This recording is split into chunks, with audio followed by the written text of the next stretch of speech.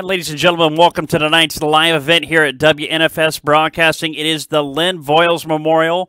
Len, a beloved racer here at many leagues in the NR 2003 community, and want to bring in our broadcast team tonight. It is going to be the one and only Mr. Chris Eisenhower, ECT or OSR Juggalo. Jug, welcome to the booth. Thank you, Kyle. How you doing tonight? We're doing real good. And joining us as well tonight up here is OSR Psychosis Kyle Pegg. Kyle, how are you this evening? I'm hanging in there, bud. Just ready to see some good racing here at Daytona. Well, we'll go ahead and take things over to the track real quick as qualifying has ended. Will be just a few minutes here as the field will be looking to get to the track. Want to remind everybody that tonight's race is at BSR, and we should be ready to rock and roll here shortly. But it's going to be an interesting race tonight at Daytona as we see the field starting to take to the grid here. And I think we're going to have a little bit of three-wide action here for a tribute to Len Voiles. Yeah, I see that the 95 of ECT F Diesel, John Forgione, went ahead and made the field tonight to show support for this race.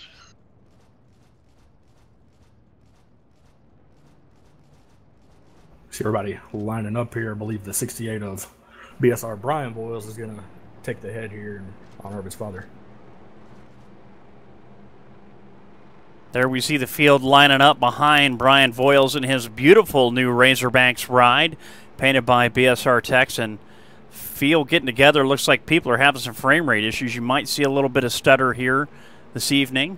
Not sure what the issue might be, but it sounds like everybody's having it. Field coming up three wide now, folks. It's a beautiful look. Let's take a look from in the TV booth.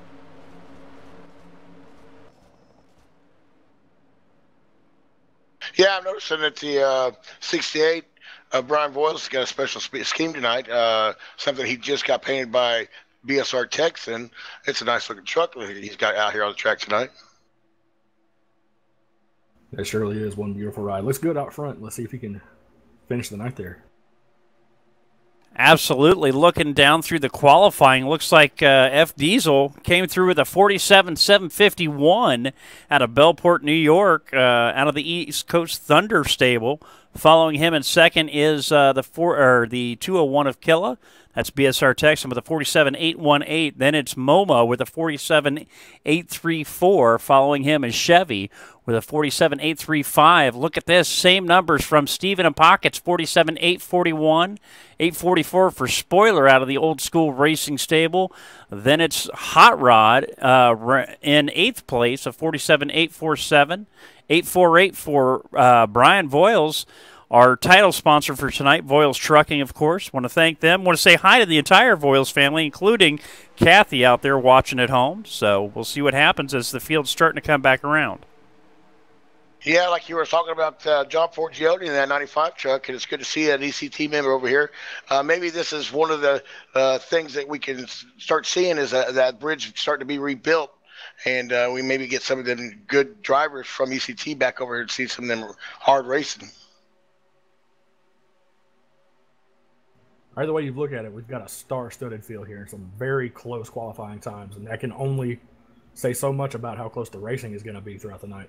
Absolutely, and I'll tell you guys, the guy that's usually gets the distance award does again tonight. It's Aussie Bill from Australia, back there in 11th place. We'll see how Aussie does in the Red Bull 21 ride.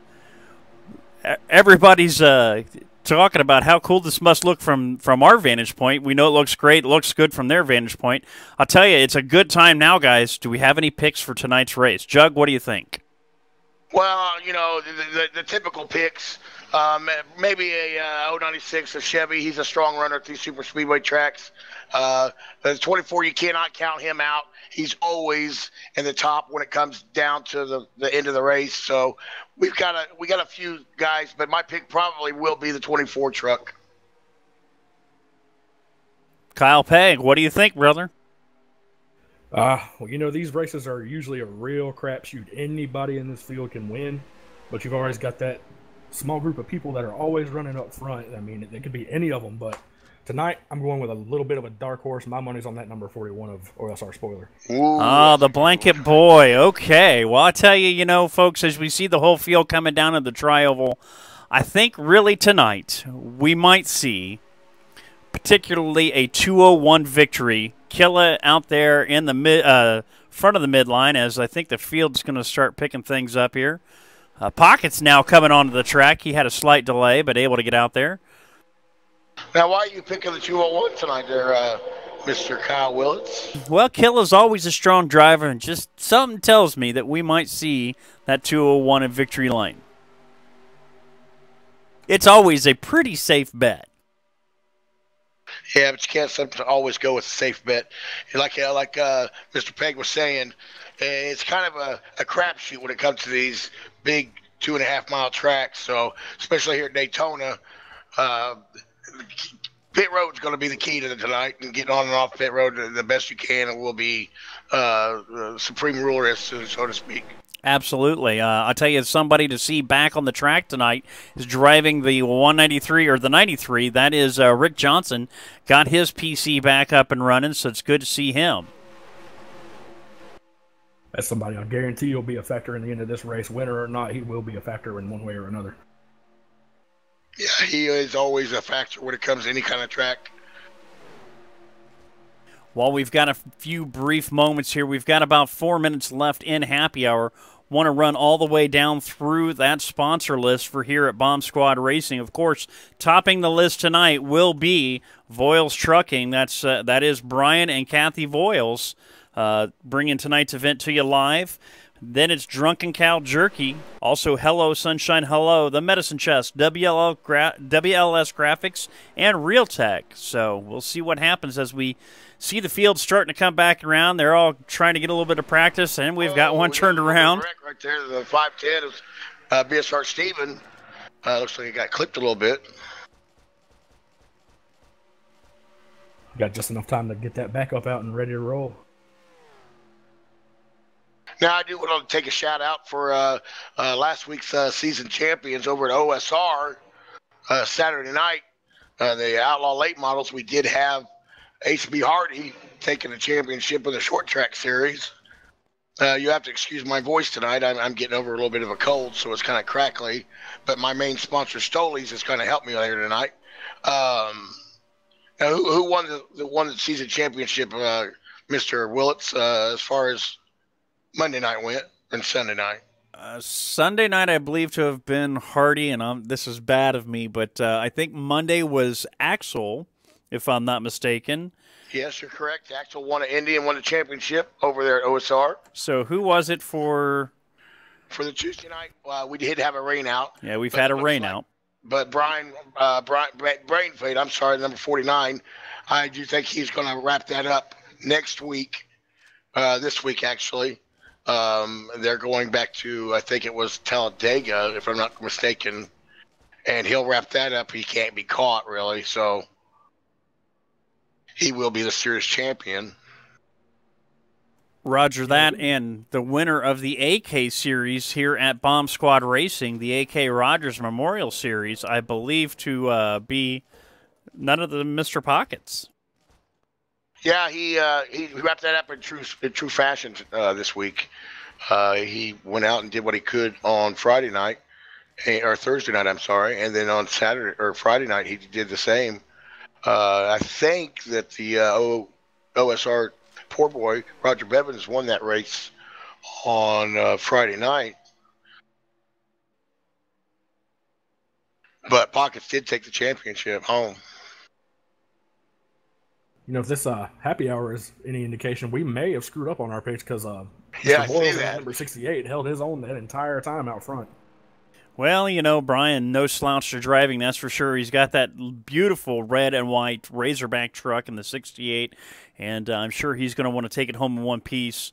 As you see everybody trying to come in now and try to test the pits, looks like frame rates are starting to come back up. So looks like we'll probably have a good showing here tonight. And we want to thank everybody for tuning in and hope that everybody enjoys tonight's show. I want to thank Bomb Squad Racing, Brian Voiles, Kathy Voiles for having us on and making it possible for us to broadcast. This is our first official WNFS broadcast, and want to thank everybody for being here. Well, going back to Brian Boyles, and it's just kudos to him what he can do. He is actually out on the road in his semi and races from the cab of his truck. So that tells a lot of what kind of driver he is if he can do that sitting in the back of an 18-wheeler. And he's dedication. Absolutely driving tonight out of Indiana, I believe, in New Paris, Indiana is what he said earlier. Yeah, something like up by Goshen, yeah. Yeah, I told him, I said, if you're over by Marion, that's where I live, come in, I'll buy you a cheeseburger at McDonald's, but hey, we'll see. I saw the 343 backing up on pit road. I don't know what was going on there, if he was just maybe testing. And then I see another guy, I don't know who that is, 49 brain fade, just doing some tricks, I guess, before the race starts. Well, at this point in time, guys, we have just completed happy hour, so take just a few minutes here to get in and make things happen.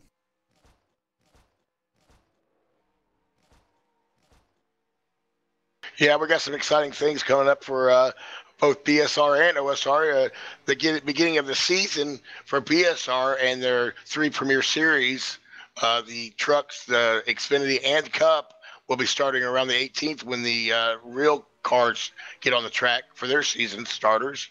Also, the OSR guys will be starting their series, new seasons up on the 17th and 18th of February, kicking it off at Thompson Speedway with the late model 90 series on the short tracks at Thompson Speedway, again, like I said. So be looking forward to that. And then I guess there's going to be some changes. We're going to do half dirt and half asphalt on that series.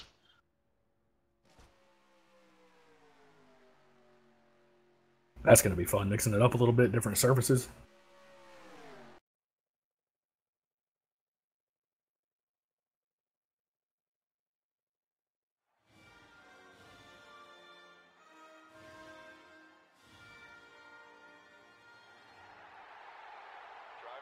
And, ladies and gentlemen, that is the end of the national anthem. We see the field taken to the pit road, and it'll be interesting to see as we kind of see the entrance falling in place here from this camera shot. It's a beautiful field. All those awesome, paint jobs. Hard-working painters out there. Scar, OSR Juggalo, several of them out there. Killa's done some. So we're going to see some beautiful talent represented here tonight, so we'll see what happens as things get going. Want to say once again, welcome to our viewers this evening. This is WNFS broadcasting for the finest in NASCAR 2003 streaming. Always choose WNFS broadcasting. Drivers, start your engine. Yeah, we got the command to fire engines now, and it will not be just a few seconds before they go ahead and start peeling off the pit road and heading to turn 1 so we get this race underway. Kyle, Peg, what are your thoughts on maybe pit road? What are you going to see tonight as far as pits go? Well, for sure, we're going to see a bunch of guys kind of stagger a little bit because entering in a pack, that is almost sure to cause some trouble. And some guys are going to try and stretch it or pit early to avoid pitting with that big pack. But we're going to see a whole huge mix of strategies here for pitting. You know, races like these just come straight down to not messing up. That and a whole lot of luck. And, we see a lot of great racers out there, so we're really going to see the epitome of concentration, hopefully. Do want to remind everybody that there is one restart under 5 laps here at Bomb Squad Racing, so we'll see how that happens. Maybe we may not have that tonight here at Daytona. The chances are likely that we might get by without it, so we're just about a half lap from going green. Yeah, I'm going to say that probably we won't see a restart. We've got a good group of guys here tonight. There is a big field. It's a lot bigger than we normally see. But we will see some 3-wide action, I think, is my future third eye might want to say. For sure, they're going to break off, and once they get settled in those lines, it's going to be a drag race from then on to see who takes it. I'm sorry, I keep getting questions from down in the racing room, and it's kind of difficult to pay attention to both guys.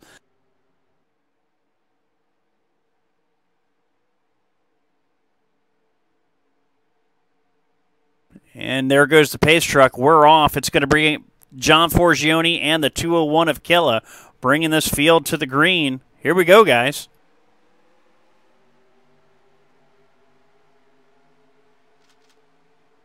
Yeah, it looks like the 41 kind of got a late start there, and kind of stacked them up down on the bottom line. Looks like they got started pretty cleanly, though. There's just a little bit of a gap going in there for turn one. Got the 201 of BSR Texan going straight to the point, heading out of turn 2 down the backstretch here. And you wondered why I picked him. Well, you always pick the easy picks. I try to pick somebody that's going to show their true colors when it comes to the end of this race. You always have a tendency to pick somebody that's a favorite. Well, no, I try to pick the guy who's not going to get mad when I curse him by picking him. Hey, they're favorites for a reason, though. These guys are no slouches, none of them. And like I said before, this is anyone's race. Absolutely. There you see a whole lot of them Drunken Cow Jerky vehicles up front. All 5 flavors represented from the BSR stable. John Forgione, the odd guy out, and the I believe the Rollin' Smoke barbecue truck there in the 95. Uh-oh. I think we have one locked up.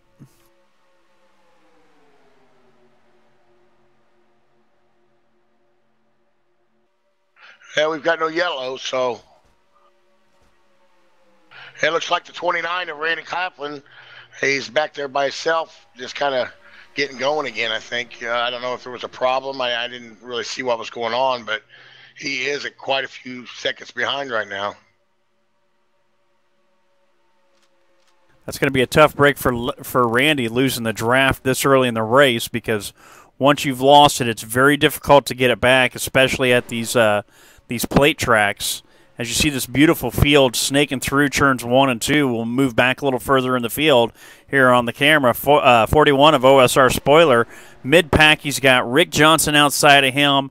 And let's see, that's Brian Voiles right behind him in the 68. They've got Poor Boy in tow on the outside. Everybody front to back, 2x2 all the way through this pack. It's been a very nice start here. Everybody's kind of... Oh, no. There it is. There it is. Oh, there's a big pileup, and that's going to be great news for the 49 of Brain Fade. Also yes. The 29 of Randy Claflin, because they both did lose the draft in that initial start. And we'll take it back as folks are getting re-racked here for the restart. Look like the 00 of Bama and the 41 of Spoiler got together there. Hey, that's a tough break right there for them. They're both teammates coming out of the same stable over OSR, so hopefully they can keep from touching each other when it comes back to this next restart, because this is it. It's over with. When they cross the line, that's done. It will be official. We're riding in the Drunken Cow Jerky helicopter here above pit road. There you see the front row now in place. And we'll get everybody back in here and re-rack to see what kind of an event we're going to have. This is our final restart. As you see going through the field here, everybody getting in place. We'll see a couple of spots open on pit road. That's where broadcaster trucks represent, so that we can be in to watch and bring this to you. But now we are going to go back up to the front of the field and see as everybody's firing the engines in these beautiful trucks. Jug, here we go yet again. Yeah, also there's a theory that the later you start before that clock runs down to 0, the warmer your tires will be on the restart. And isn't that true, Kyle Pegg? You are one to believe in that theory. Oh, absolutely, especially at tracks where looseness is a big factor. You know, any of the cookie cutter, mile and a half, short tracks, anything where you can just burp it a little too much going into one of the corners and lose it there on the start. You best believe I'm not getting in my truck or car until the last second and keeping those tires as hot as I can possibly keep them. Well, once again, the field's going back into the backstretch. And do a quick rundown here. It's the 95 of F Diesel. That's John Forgione. Outside of him is Killa, and it's 201. Then it's Momo, then Chevy, BSR Steven in the 510, Pockets in the 38, 41 of Spoiler. Then it's the Hot Rod ride of Larry Yeager, the 65, Brian Voiles in the 68. Then it's OSR Bama in the 00. Following him, Aussie Bill from Down Under in the 21. Then Rick Johnson in the 193 Amico ride. Then it's going to be the 56 of Joba, the 24 of Poor Boy. Inside them, the 77 of Fox, the 27 of OSR Colley. Then it's going to be the 028. That is Monty Keller. Outside of him is going to be Muggoo in the 144. Then it's Nelly in the 103. Further on back, it's going to be Les Alexander in that 97. The 710 of Manny D. The 343, the 48 of Racer X. The 33 of Jimmy Dale, the old Fred Morrell ride, Brain Fade in the 49. And the 83 of Scar. Yeah, it looks like they're kind of lined up weird on the start of this. A lot of them are out down the low line. I figure they should be up on the high line too wide, but. And we have the official call. Tough break. Randy Claflin is not in for the start. He will start one lap down, but they'll probably be able to get that back up when the first caution comes out. Yeah, it looked like the 97 of Les Alexander kind of was rubbing the wall right there on the start. Hopefully he can get it going and stay with this draft. I'll tell you, Mr. Forgione in that 95 got a great start this time. He's not letting old Texan run off with it this time. He's going to take the lead going down into turn 3 here. Many guys in all the leagues have run with John Forgione. He is no slouch, especially at these restrictor plate tracks. John, highly respected as a racer, and we'll see what happens. Came over to pay his respects to the Voiles family. Used to run with Lynn all the time, and we're glad to see him in here tonight. Yeah, like I said, maybe this can be the building of some bridges again, and we can get some of these great ECT drivers back racing with us, and maybe we'll see 3 strong leagues running together once again. And now I heard, I'm sorry, Mr. Pegg, but I heard your favorite real car driver was going to be back racing at the 500 this year, and she was going to be in the number 7 car, Go Daddy car, racing at Daytona this year, Miss Danica Patrick. Oh, no, sir. My money is always on that number 18 M&M's car. Yeah, we kind of figured that, but I had to throw that out there to you. As the field comes around now, that 201, the Drunken Cow Jerky, I think that's the original car getting out there. Looks like a couple of trucks making the late start coming off of pit row. Might have been Hercules in that 19, if I'm not mistaken. I may be wrong. But yes, I see the 19, yeah. Him and Randy Claflin got a late start, so they are going to start laps down. As we're on lap number 3, these trucks looking great. There you see Pockets going to the low line, trying to see if he can bring that up there and be the Pied Piper and get up here and maybe compete a little bit with the 096 of Chevy Chase and the 201 of Killa. Yeah, also a late starter was Les Alexander, OSR Les Alexander, the 97 truck, and his U.S. Army truck. He's got hooked up with the 29 of Randy Claflin right now, though, and they're going to try to catch up with Furco and see if maybe at least they can keep from going a lap down early. I thought we were going to see some solidarity between these 3 Drunken Cow Jerky trucks up here at the front, but looks like the gloves are off early. You know, when you get to these memorial races, it's every man for themselves because everybody wants to be able to say, I won the Len Voiles Memorial. Absolutely. Well, that theory is correct, but I think in the beginning you'll see some sort of teamwork as far as maybe teammates or league mates. But, yeah, when you get later onto these runs and you get down to the end of it, you're exactly right, Kyle. This is going to be just gloves off, and I'm going to win this. Absolutely. When it comes down to that final lap, there are no friends, only enemies. As you see the field going 2 by 2 down through the turns right here. Look at this. It's the 38, the one and only. He comes out. It's the Pockets ride. Trying to take that low line and make something happen. That's a good line here at Daytona. We'll see if there's enough trucks up top to maybe start to compete with them here shortly. Well, the 096, he's always strong at these plate races. The 201 of Texas says that he doesn't really like these restrictor plate races, but he always does well. So you can't not like something that you do well in. Going back to the bottom line being strong here, that's the beautiful thing about these TR versions. The higher line is stronger, but both lines are just as viable as the other. That low line now pulling out 2 cars ahead. They've got the 54 of Momo back there in the beer bacon truck pushing along in 3rd place. Right now, everybody doing a great job. I tell you, these guys are in. They're not leaving a lot of room in between. There's not a lot of lane changing, so everybody's kind of stuck where they are. They'll probably stay this way until we get to that first green flag pit stop coming up here at about lap 20 to 25. Yeah, speaking of beer bacon, I kind of put a plug in there. I've never tried that beer bacon, but I heard it's pretty good. Kyle Willits, what do you think? Well, I can tell you that as a fine connoisseur of drunken cow jerky, beer bacon would happen to be my favorite. So Mark Heyman and the crew down there in Dallas, Texas, doing a great job making sure that this league is well supported with the drunken cow jerky. I want to thank him, BSR Magoo, for making those connections so that way their sponsorship here, as well as the rest of the sponsors, including Voiles Trucking, that'd be Brian and Kathy Voiles. Also, we have Real Tech. That's Rick Craddock. Hello, Sunshine. Hello. That's Tyler and Rhoda. Don't forget about Rusty up there in the medicine chest. Also, Scar, who's racing tonight, WLS Graphics. And that'll round out that sponsor list yet again. That drunken cow jerky definitely is some premium stuff, I tell you. I won my first 2 bags a couple of weeks ago racing here at BSR, and both bags were gone the next day after I got them. Yeah, I thought I saw the 24 of Roger Bevins trying to make it 3 wide going on the top, but he was going to go around the OO of OSR Bama, but he looked twice about it and said, nah, I'll just go ahead and stick back in there with you.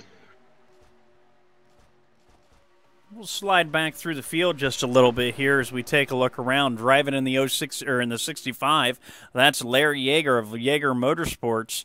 Larry doing a good job representing BSR here. Always a good competitor. You see him right now. He's behind the 41 of OSR Spoiler and in front of Aussie Bill out of Australia. Doing a good job. Definitely a good racer to be out there in the field, and you know you're good when he's racing behind you. We'll see how he does as the night progresses. Yeah, I don't see as many independent drivers as I thought maybe I'd see tonight during this race. But, hey, whoever wins is going to still have that premier, say, hey, I won this race. I'm the first winner of this actual race. That's right. It's the prestige factor here. Exactly. Absolutely. Races like this will bring drivers crawling out of the woodwork, and we've got a fine group of gentlemen here racing it out at Daytona. Right now, go ahead, Chris. I'm sorry. Oh, I was seeing that the 77 was kind of squirrely going down there on the apron, but he's collecting it back up and lined back up behind looks like the 60, it looks like the 68. That's going to bog down that lower line here. The high line will be able to take advantage. Absolutely. The one thing you've got to have is everybody nose to tail. You start getting a car length or 2 apart, it will break your draft. However, you'll get a run. Look at that. Poor boy looking low, but Fox closes the door. Poor boy has to go way high in that turn and hold on to it. Yeah, I just heard on his private channel that he was going to go back down to that low line, and it closed up on him real quick, so he thought twice of it. Back out front, ladies and gentlemen, we find ourselves in the midst of the leader. That's going to be the 95 of John Forgione coming around to the stripe this time, and it will make us, we are on our 11th lap. Coming to lap number 12, Pockets is going to challenge coming down through when they come down through turns 3 and 4, see if he can make that low line go. Where did he come from? He wasn't up there in the beginning. He's definitely got the 38 rolling, that's for sure. I'm going to make my presence known early. Well, he's where the low line will flex its muscles there is in the corners, too. Absolutely. Right now they've got their hands full trying to catch up with the driver out of Bellport, New York. That is ECT Diesel 95, John Forgione, and he's doing a great job up there on the high line. But now they've caught him. They are neck and neck as they go down into turns 1 and 2. Now, Mr. Pegg, we're going to be getting close to these pit stops in about, I don't know, 6, 7 laps, you'd say. What was your thoughts on as far as should I stay in the high line as long as I can? Should I get down on the low line as quick as I can? I mean, how would you, as a driver, make that determination? Personally, myself, I tend to try to get down to the low line as quick as I can, and you know, the longer you wait, the more hectic it's going to be, and the less willing people are going to be to let you into that lower line. So myself, I want to try to tend to get down to the lower line as quick as I can. I like to be in about the second group going in. The first group's going to be very congested in a field this size. Actually, both groups are. For sure, you can't go way early because you will lose the draft, and when you come back out, you will get lapped. But you've got to make sure that you know the guys you're pitting with. You got to listen to the spotter chatter. They'll tell you who's going high, who's going low, and then you got to, again, not make that mistake. It is difficult when you've run 16, 17 laps on these tires to go down there and get woed up when you come off and onto that apron. Yeah, I was going to ask you that, Kyle. You know, I mean, how long do you wait? I mean, you don't want to wait until it says 1 to go, because then you've got that chance of running maybe out of fuel, especially if you're on that high line. If you got 1 to go and it says, hey, and you're on the back stretch and you're stuck up in that high line, is it harder for you to get down there and get into that, you know, for pit road? You know, usually everybody's trying to make their way down to that low line. As long as people are going with about 3 laps to go, which is where you usually see the first group, you can find your way down. One thing's for sure. Your crew chief knows how much fuel you're using and how much you got left, and he tells you, and you best abide. As you see now, further back in the pack, we are 3 wide.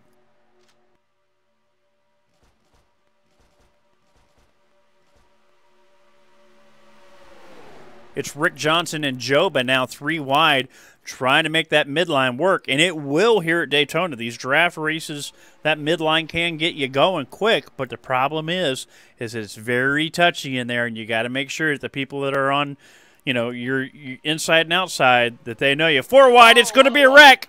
We got it, the 68 and the 58, Brian Boyles, the 77. Well, we've got 2 on our roofs here. Well, we'll go back and rewind and take a look at that accident, see exactly what brought that out and who all was involved.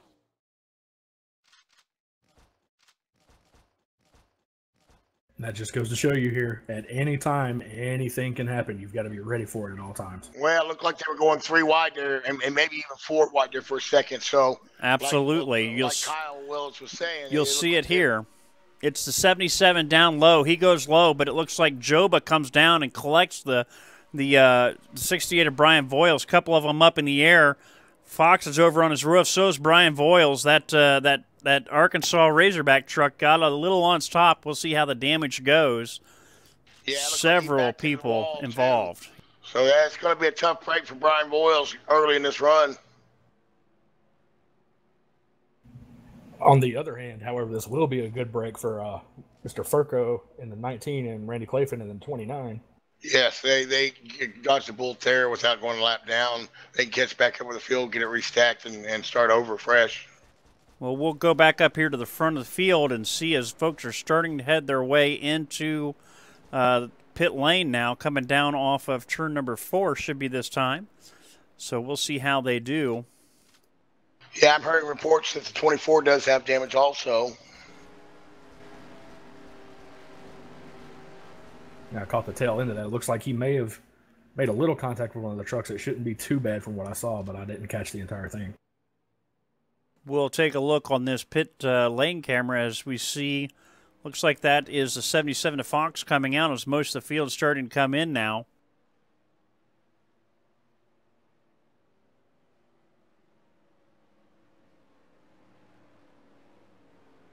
Looks like a few drivers hanging out. Right now, everybody trying to make their way into their pits. As you see Momo trying to get into his pit, but not quite all the way in. Finally gets right side up in the air. Yeah, it looks like the 48 went ahead and stayed out. Maybe he wants to lead a lap, and that will be OSR Racer X, as well as the 33 of am I? Who is in a 33? That Yeah, is Jimmy Jimmy Dale. Dale. It's a And little tough sometimes, folks, yeah, because the I 33 want used to to be say, Fred Morrell. yeah, I want to say our dearly beloved and sorely missed Fred Morrell. The 343 stayed out, and the 19 and the 29 of Randy Claflin. Coming out of the pits first would be that 95. He's got that number 1 pit spot. That's John Forgione. Did a great job. As they're catching up with the lap cars now, the field's going to start to form up, so we'll see what happens. I did hear a claim from the 77 on that, as I believe he was pushing 4 wide, but that's up to the race officials. We're just the race callers. Yeah, it looks like the 144 is still on pit road, just now leaving, so he must have had some significant damage. There's my pick to win this race, sneaking into the top 4 there, coming off of pit road. Mr. Spoiler in the number 41.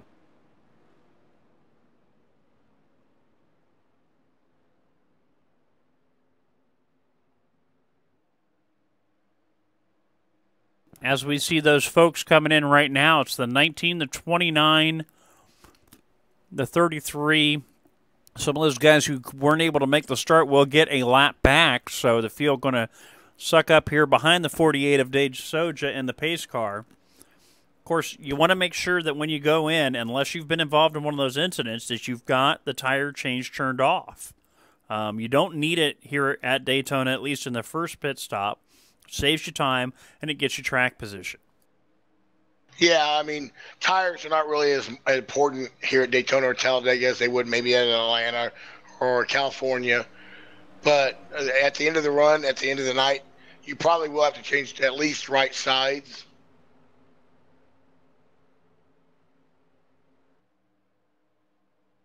What's your strategy there, Mr. Pegg? What do you usually do on a super speedway race? As far as tires go, I usually alternate. I'll change whichever tires are wearing harder. I'll change those first, and the next time. Now, does that depend on the mod?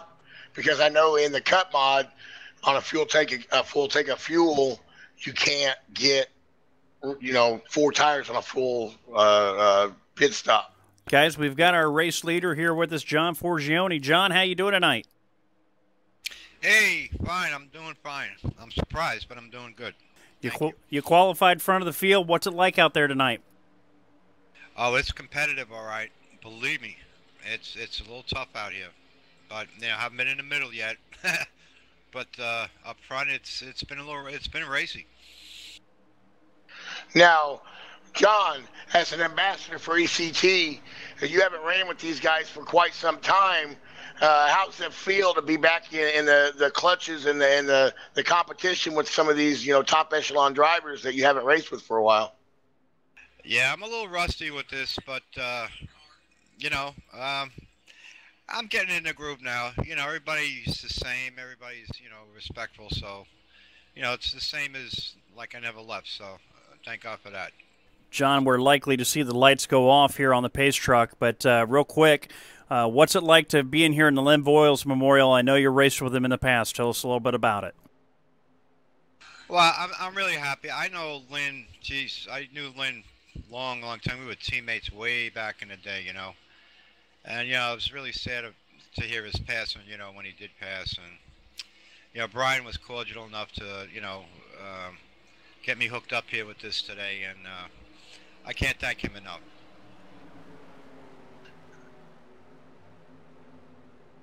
Yeah, now, Mr. Forgione, now I know that there has been some animosity between ESCT, OSR, BSR. Is this going to be some kind of maybe some bridge building? Maybe I know that you're one of the top guys over there, ECT. Maybe we can get some kind of bridge building going on between these 3 leagues again. And is this something that we could see maybe some future ESCT guys coming over and vice versa? Well, I hope so. I mean, listen, the sim is getting old, and there's no room for that. I don't believe in any of that anyway. So hopefully, we can mend some bridges here and start something fresh again. That would be a nice thing to do. Well, best of luck. We'll move you back up, and hopefully we'll talk to you later on tonight in Victory Lane. Oh, thank you very much, guys. I appreciate the interview. Thank you. And there you heard it, folks. John Forgione and the 95 out of Bellport, New York, driving with the East Coast Thunder tag tonight. Glad to have him in here and racing with us. Let's see if we can take the point here going into turn 1 this time. Yeah, we're going to go back underway, and like you said, your pick, the 41 of OSR Spoiler, right there behind the 201 of Mr. Texan, Kyle Willits' pick. Absolutely, I'm telling you, watch out for that 41.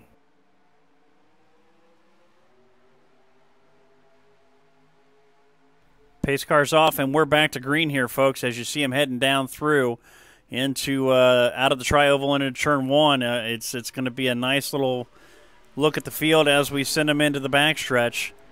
Still a little bit of room back there on that low line. They're going to have to pull up and close up. Right now, Rick Johnson coming down low, going to take apart, get in behind the 54 of Momo. Yeah, it looked like the 38 and the 54 of Momo kind of got together a little bit there. A little bit of bumping, but they keep it straight and going forward. So we'll see if they can keep hooked up and get around this 95 before John Forgione. I tell you, Brain Fade back there in the 49's made a lot of movement. He's still laps down, but he is definitely up in there. Or no, he's not. He's in 8th place as far as I see on timing and scoring. So we'll see how the 49 does for Brain. Looking like the top line here is going to have the advantage coming out of the corner. Now, many times the setup on your car or truck will like one line over the other. You want to set it up good and fast. Myself, I like the high line here at Daytona. What about you fellas? I can run either line. Usually the setups I run, they tend to be able to work either way. But it's all situational, I've got to figure out which line's got more muscle behind it and tuck in where I can. Yeah, Mr. Willits, I think it's time for our corny joke of the week. What do you call fake spaghetti, Mr. Willits? I give up. What do you call fake spaghetti? An impasta. There it is, ladies and gentlemen. Your WNFS corny joke of the week. Now, Mr. Pegg, we've got this little thing that we do during each broadcast where we'll do a corny joke of the week. Last broadcast, was Mr. Kyle Willits, and his was kind of really corny. So if you're with us on the next broadcast, it'll be your turn. Oh, most definitely. I've got a full arsenal of jokes that are so terrible they're funny. I think that you probably lived to do something like that. That's why I kind of brought it up with you. Looking over the field here, still out front is that 201 truck out of Mesquite, Texas. It is BSR Texan in the Bomb Squad Racing League. He's doing a great job. He's got Greg Trogdon, OSR Spoiler, in the 41 right behind him. That high line really starting to pull away now. It looks like they're trying to do 3 wide with the 95 John Forgione, 38 of BSR Pockets. And they're still 3 wide going into turn 3. Did you see Aussie Bill there? Yes, I did. Aussie Bill. Jumping down, buddy. Well, I think actually he got into the backside of the 93, and that was not exactly the place to do it. Oh, they're getting stacked up there about 6 trucks back. They're running 3 wide. Yeah, it looks like my pick of the 24. He said he did have damage on that preliminary report on that first caution, but it does look like they've gotten it fixed, and he's coming back up to the front. Field now saying, forget this 3 wide crap for a while, as we're riding along there looking at the 096 of BSR Chevy Chase. The field getting back to 2 wide, looking at OSR Bama. He looks pretty strong tonight, and the Alabama ride. And I tell you, folks, coming out of the turn there, you see the entire field making their way by. We're starting to see that front pack start to break away. Now, the rest of those guys in the back are going to have to really tighten up to be able to catch up there and hold on to them. Well, I'll tell you what, it's like they've decided, hey, this top line's the way it's going to be going for a while, so we're just going to line up that way. it looks like the 38 of Pockets and the 54 of Momo and the 24 of Roger Bevins are trying to kind of break that up a little bit. But without any help down there, there's nothing really they can do. Yeah, everybody's going to the top behind Killa. 510 of Miss BSR Stevens, I'm sorry, Kyle, tried to go down there and get in front of the 38 of PSR Pockets and almost collected himself in the process. Yeah, you really have a hard time sometimes here at these restrictor plate tracks judging the closing speed. The mirrors are there, but boy, I tell you, when a guy's got a head of steam and you think you're going to jump down in front of him, you really put yourself at risk as well as everybody behind the group in the field. I was just going to say, too, I wouldn't be surprised to see most of these guys ride it out here because we will have pit stops coming up fairly soon. And it's looking like the top line is the way to go. Oh, we have, I believe that's Momo there, 6 cars back, breaking down to the low line now. Sorry, that's Joba. Joba, yeah, I saw that. Yeah, but he's going to find out real quick that going down there by yourself isn't going to work out. He might have a little bit of momentum going into the corner, but when you get back to the gas and get out of the turn, it's just going to be like a parachute. You got to have about 3 or 4 people. Whoa, did you see Momo in Pockets? That's exactly what I was talking about. He'll have that momentum going into the corner, but when he tries to get back in line coming out of the corner, he's lost so much momentum that could create a problem with the guys he's trying to get back in front of. I tell you what, poor boy Buck got the bad end of that. Momo was yelling, "Go up." Joba thought he was talking to him. He was talking to Pockets. And God, that was almost ugly, but they got it all straightened out.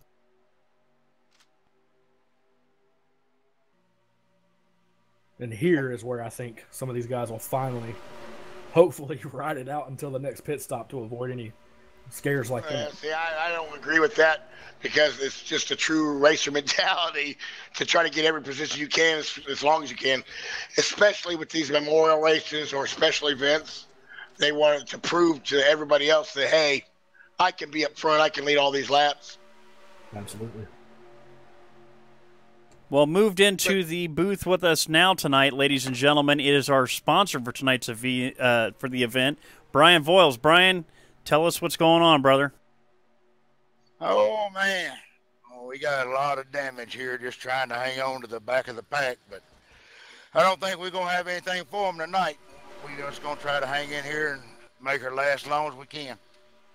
Right on. Looked like you got collected in that incident earlier tonight with the 77. Looked like you were up on your top in that Arkansas Razorback ride. Why don't you take a brief moment and tell us about tonight's event, what it means to you, brother? Yeah, we just got caught up in a 4-wide there, I believe, and got a little contact, and people started spinning, and next thing I know, I was rolling over. So they done a little beating on her, but I don't think they're going to have it good enough that we can compete. All we can do is just ride and make laps at this point. Now, Brian, I know how much this means to you. I've raced with Lynn quite a few years back over ECT. What do you think this would mean to him seeing, I was talking to Mr. John Forgione about getting these bridges maybe rebuilt. What do you think this would mean to him seeing these bridges starting to be rebuilt slowly but surely? Oh, I guarantee you that big smile on his face. He loved this sim racing, loved the guys out here. I mean, this was what he really enjoyed. This was his hobby. And all the camaraderie and playing around and enjoying each other, I know he's sitting up there with a big smile on his face right now. Well, watch out because I believe Magoo's going to put you in the rocking chair, so hold on. We'll move you back up, Brian. Thanks to you and Kathy for making this possible tonight. All right, thank you, guys.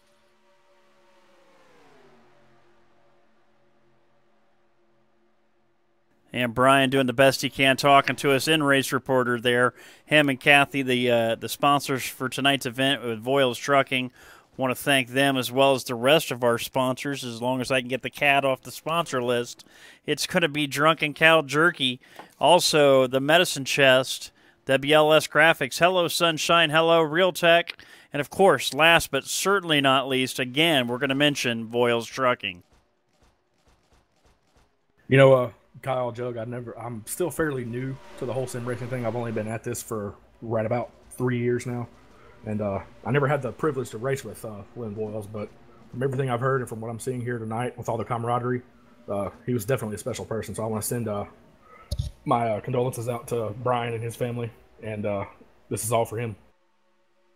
Absolutely. Lynn started racing back in '98 in the Ratbacks dirt racing. It started then proceeded into the NASCAR stuff all the way up to 2003 until his passing in 2016 on July 2nd. And a very special event here for Bomb Squad Racing, as well as the Voiles family, and proud that WNFS is getting to be a part of it. So we want to thank everybody for making this possible. Well, I raced with Lynn quite a few years over ECT, and he was always a class act in the field. Never had anything bad to say about anybody, always trying to help somebody when he could. And it's just great that we could do something to put this together in honor of him. And hopefully this will be the first of many races where people can just, forget about things and come together as a family and race and just have fun together. Absolutely. And Lynn definitely seems like a model driver. Like he's the kind of guy that we should all look up to when it comes to doing this. 10-4 on that. As we see the field coming around now, they're looking at the backside of the 19 of Steve Furco staying high in the tri-oval. And we're on lap number 34 here, fellas, and it's not going to be long, and we're going to see some green flag pit stops. Yeah, I'm seeing some guys that, I see the big pack and I see a couple trucks together, like Brian Voiles and the 144 Magoo. But then I'm seeing guys back there by themselves, the 710 of Manny D. Must have been a little bit in that wreck. And the 19, it looks like he's getting maybe ready to lose the main pack. And we're just hoping that maybe they can get their trucks squared away and they can catch up with this front pack and get back to racing. As Roger Poyboy Bevins always says, don't give up, because you never know. The night may transpire, things may happen to where you can get back on that lead lap, and you may just be able to save some track position. Oh no, we got one blowing up. It's the 93 of Rick Johnson. And we'll see if that'll bring out a caution. It might. The apron quick enough. Yeah, but is he able to get around the pit road before they throw a caution? He's coming down the backstretch now. He's going off of the apron into the backstretch, pull off, still moving. Green. We're still green. He's into the grass now. Just watching to see what he does. Going to try and coast it as far as he can. Tough break for Rick. It's his first race back since he had computer problems. Don't know if the 93 is going to make it back or not. He's cutting the shortest distance that he can for sure. Yeah, he was running third at the time, and it just looked like it let go right there in the middle of the pack, and did an excellent job of getting down and nobody getting involved in it. That was a great job all around with him getting down out of the way and everybody else avoiding him as he was doing so. The bad part is if you're in fourth place right behind him, because all of a sudden all you see is nothing but a windshield full of smoke. It's now covered with oil. It's hard to see. You're praying for the pit stop to where they can pull the tear off and get you back going to where you can see good. Yeah, you've got the option of having those on or off. Some guys leave them on, like myself, just to get that realistic view. And I've heard some guys even complain that at the beginning of a race, when you get some of them guys that will spin the tires on pit road, that'll throw debris up on your windshield and get it all nasty and gooped up even before the race starts.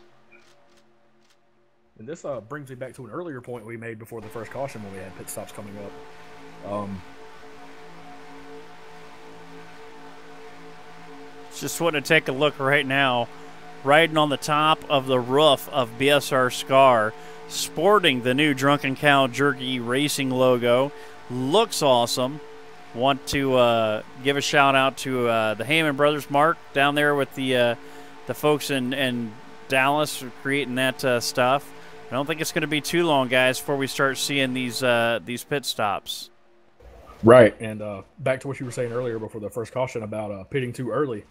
At some of the smaller tracks like the mile and a half, you can easily go a couple of laps down doing that. But here, like we said many times, anything can happen. That is a viable strategy here. You could pit early and hope for a caution and still come out decent when the field stacks back up. Well, they are now pulling out or starting to wave the hands out the windows. So we'll see what happens as this field goes down. We'll switch it over to pit lane and see how things look as they're coming in. Got our 2 leaders coming in right now. Oh, we've got the 510 around coming into pit road. There you see pockets off in the grass. Looks like he's got it straightened back out, though. He may not have any kind of penalty or anything. We'll have to see when he leaves pit road.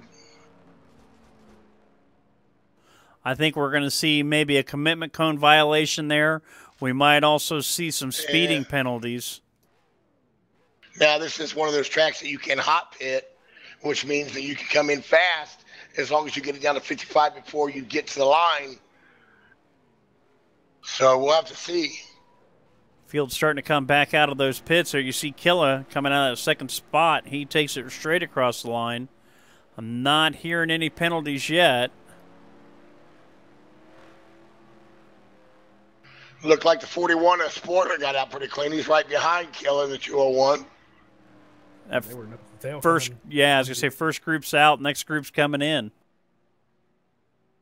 And I'll tell you what, this right here was going to separate this pack. And now you're going to get groups of 4 or 5 cars. And if you have a good night on pit road, that can mean a win for you here at Daytona or Talladega. See, as I said before, getting in the second pack here sometimes is better off because it spreads out the people that are pitting. So there's not such traffic on pit road like there was in that first stop. As you saw, pockets pulled out in front of Monty Keller in that 028. Oh, no. I don't know what for.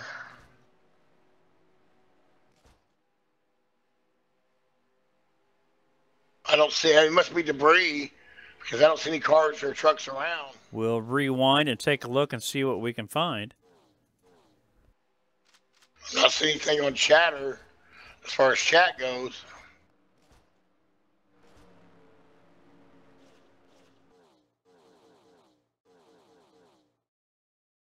This will really jumble everything up.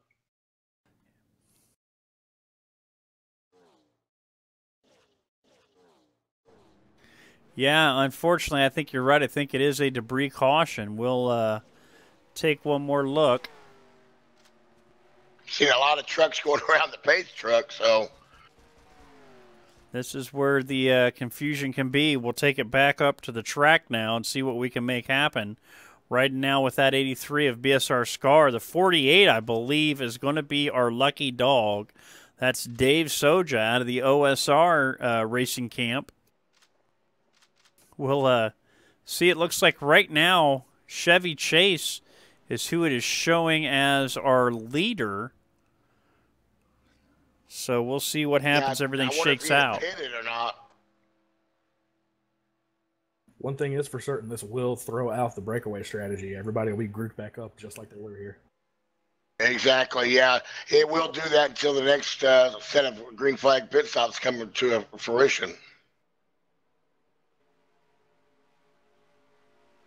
All right, BSR Chevy Chase going to be moving here into the booth to see what he's got to say. There he is. Chevy, how you doing tonight in that 096? All right, look at me. I'm in first place, but I think John's supposed to be there actually. We got caught in the pits, but we were in the pits when the caution came out, so we had to go by the pace car and come back around. Timing and scoring is showing you in first place. How's the 096 doing tonight, brother? Fine, until I went to the low line at one time, and I went from 3rd to 14th. Other than that, I'm doing just great. Now, how does the yellow flag coming out while you're on pit road affect your strategy as far as maybe later on in the race, or maybe even as far as stopping and getting fuel before the green flag drops? No, I think that's what I'm going to do. I'm just trying to make sure I'm lined up right so I don't get a black flag, but I think I am going to top off with fuel because I had to go pretty fast to catch a pace car. So can somebody tell John that he needs to be ahead of me? Well, never mind. I'll just pull out. I'll miss only one spot. Chevy, what are you seeing out of the what are you seeing out of the other drivers so far right now? Is there a lot of patience or a lot of give and take, or is everybody just trying to? No, it's been good. There's been a lot of patience, but a lot of tight racing. There's no doubt. The bottom doesn't want to give up to the top. Top doesn't want to give up to the bottom. People going in the middle.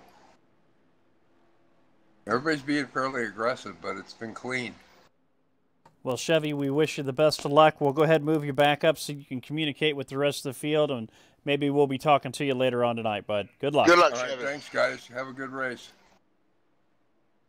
I tell you, that's where it's you know, you got guys like Chevy out there racing as he goes into the pits now. Behind him is the 103 of Nelly. It's going to be real interesting to see what happens when we go back to green flag racing. With the caution coming out in the pits, it kind of throws a monkey wrench into the lineup and everything. So we'll see.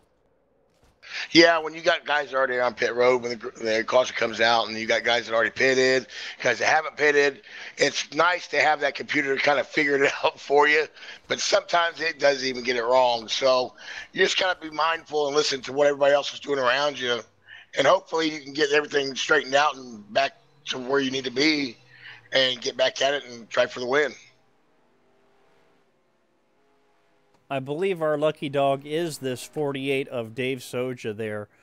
Dave in the Hooters truck doing a good job representing OSR tonight. He's got caught earlier on, I think, in one of those incidents and lost the lead draft, and that's going to be a break for him, so we'll see how that works.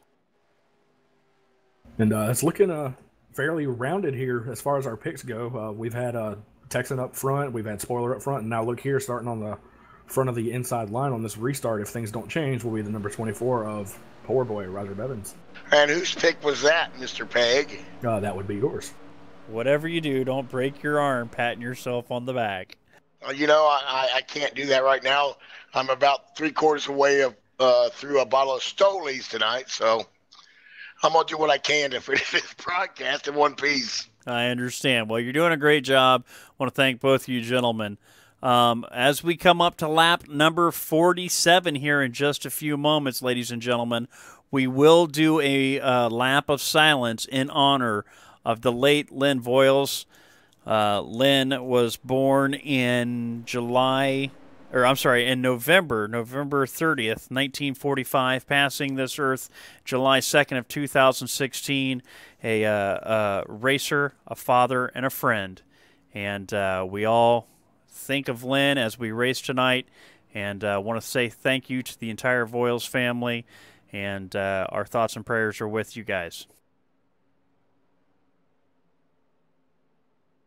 Yeah, I want to say something about all this group of drivers tonight.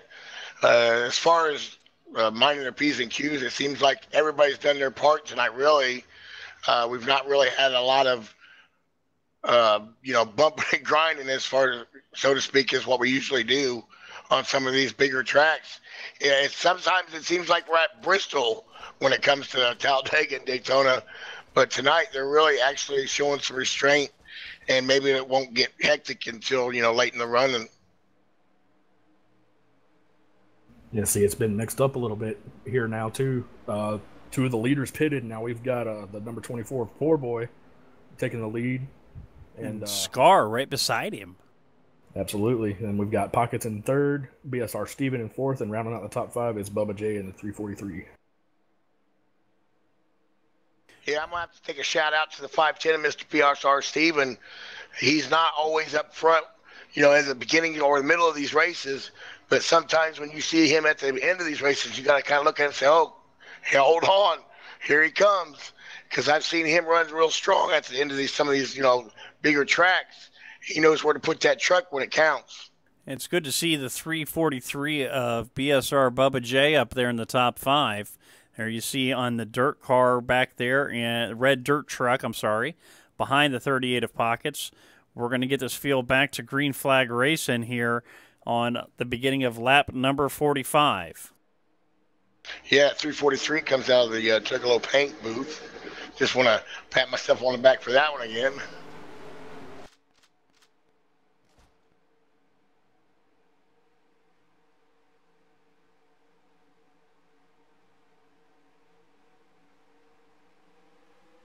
And And field's going green. It's going to be the 24 leading them back into the race.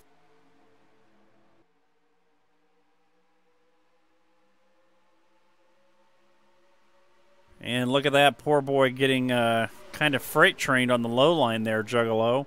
Looks like Pockets is going to push that 83 of Scar out to the front with Bubba right behind him.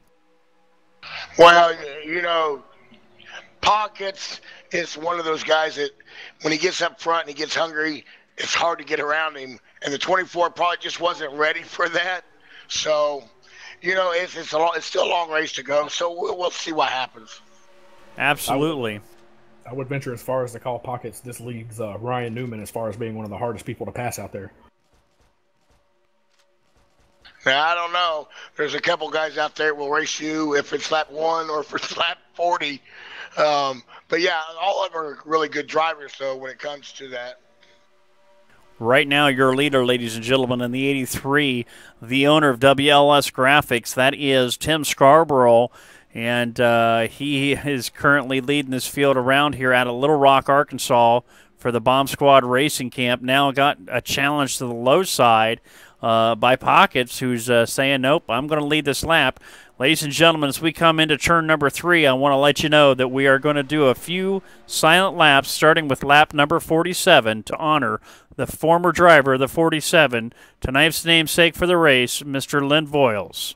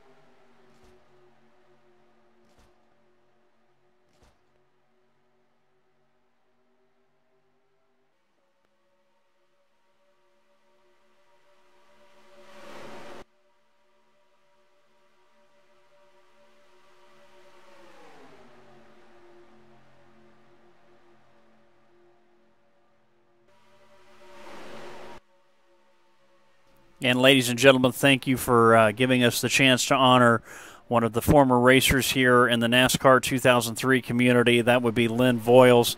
Tonight is the Lynn Voiles Memorial 250 here at Daytona, sponsored by Voiles Trucking. Lynn, a former racer that was respected in the community, and our thoughts and prayers go out to the entire Voiles family who's watching. Kathy's out there watching tonight. Want to thank her and Brian for making this event possible and making it possible for us to broadcast here this evening. I want to thank all the folks at BSR as well as all of their sponsors, and that list includes Drunken Cow Jerky. Visit drunkencowjerky.com for the finest craft-made whiskey-soaked beef jerky on the planet. Oh, that's going to be a big wreck. We had just crossed halfway. Yes, we did. Oh, man, 201 on his roof. We'll slide back to the rewind screen here and go check that out and see where that is. There you see a picture up on the screen of Lynn. Father, racer friend, gone but never forgotten.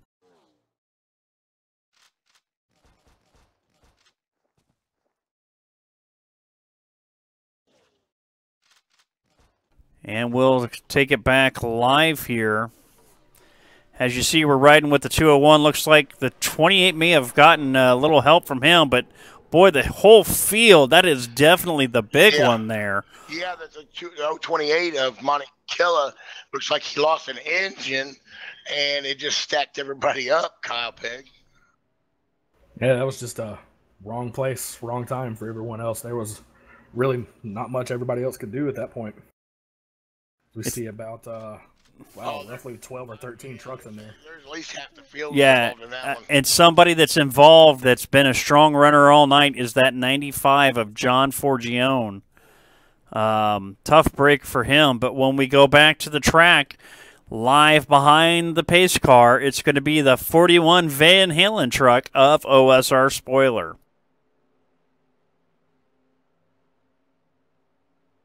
Yeah, it just looked like the 028 lost the motor, and he didn't have time to get down to the bottom. The 201 of Texan got into it and spun him sideways, and that just started piling him up. The 00 of Bama, and then nowhere to go was the 24 of Roger Bevins, and then the 103, the 21, the 54. There's just so many to count here. 48 of OSR Texan, the 95. Wow.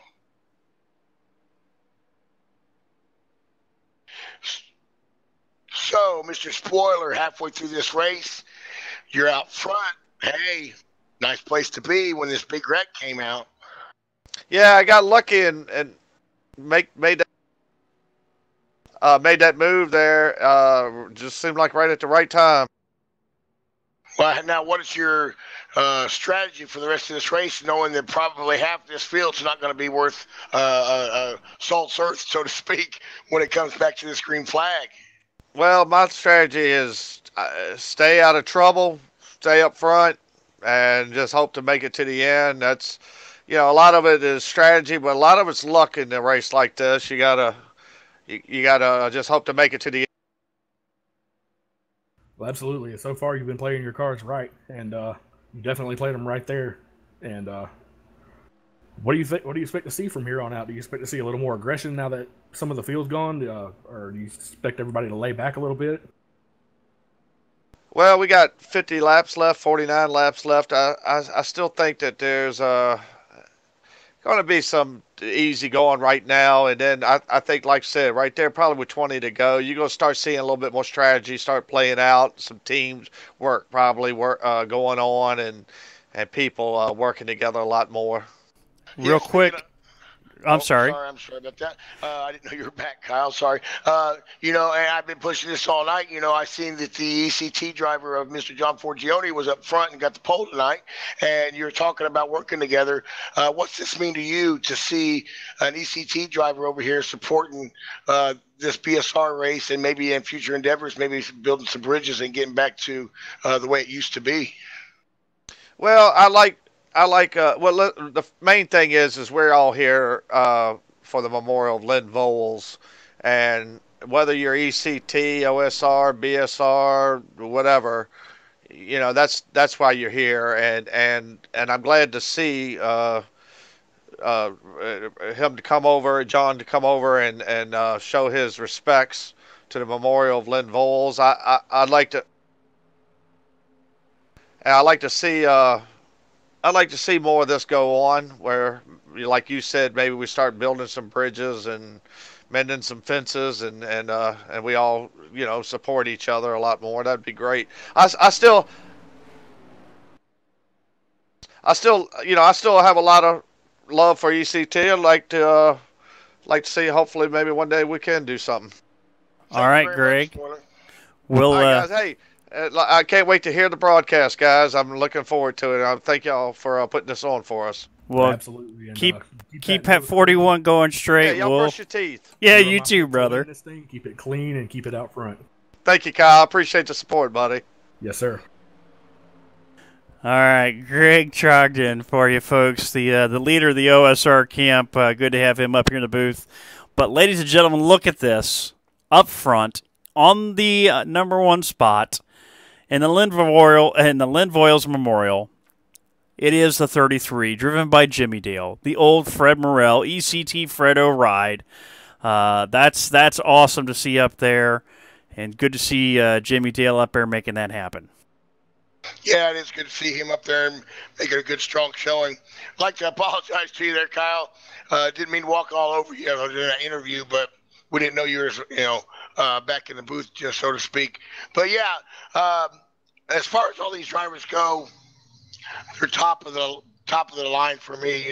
They do everything they can to help each other, and I hope to see some kind of mutual understanding, here in the future as far as these leagues go, and maybe we can put the past behind us and we can work together, and it's good to see during an event like this that things like that would happen. It's a great field of trucks out there still left. A lot of folks involved in that, and we'll see how the field shakes out as everybody's going back to racing action here shortly. Looks like the lights are off on the pace truck, so we'll be back here to green flag racing before long. And I just want to point out here, too, look there in fourth spot. He got started and was a lap down. I was getting ready to say the same thing. Randy Clayton in that number 29. Yes, sneaking up there. I'll tell you, Randy's due. He's been racing for a while. He'd had some issues trying to get some setups that work for him, but it looks like he's doing a good job, able to trade some pit stops for field position. So we'll see what happens as Randy gets back to go. Right behind him is that 95. A lot of trucks damaged in that last altercation, so I don't think half the field knows what they've got. We won't know until they go back to green flag racing. Well, I'll tell you what, Kyle, it's kind of like a Martinsville race. When all the cars are damaged, they're kind of back on equal playing ground. So there might be 3 or 4 that are, not as damaged as the others. And maybe it was a godsend for the 29 to be, caught a lap down there early, because then he avoided all this melee. And we'll see if maybe he can't get up there and maybe get his, just due, so to speak. It's almost, at this point, reminiscent of last year's Daytona 500 with all the accidents and Kurt Busch sneaking through with a damaged car to win the whole thing. So maybe we can see something along the lines of that happen tonight, too. Or you had to bring up a Busch, didn't you? I brought up the wrong one. Well, that one's better than the other one. Nah.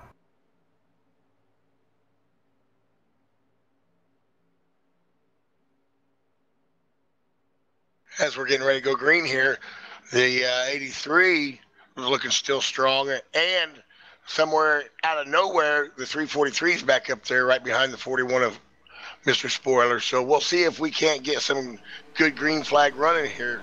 It's interesting as we're going green. Field's still trying to get all sorted out, as you see in the back. I think a good portion of our viewers were involved in that last wreck, so tough break for them. Hopefully we'll get things racked up, but like you said, it's going to be an interesting run to see who's not damaged. Spoiler takes the green, and folks, we're back to racing with 45 laps remaining in this 100-lap race at Daytona. What a move there by the number 95 of John Forgione, jumping up to the top line as soon as the green flag fell going into turn 1. Well, he was involved in that wreck, so he probably does have some damage, so he's going to try to kind of get in the rocket chair, so to speak, and get behind some cars and kind of feel it out, and see if maybe I can, stick up with these guys. But it does kind of look like he is losing some ground to the 38 of Pockets and the 343. I'll tell you what, Bubba J doing a good job up there in the 343. He just gave a whack to the backside of the 41.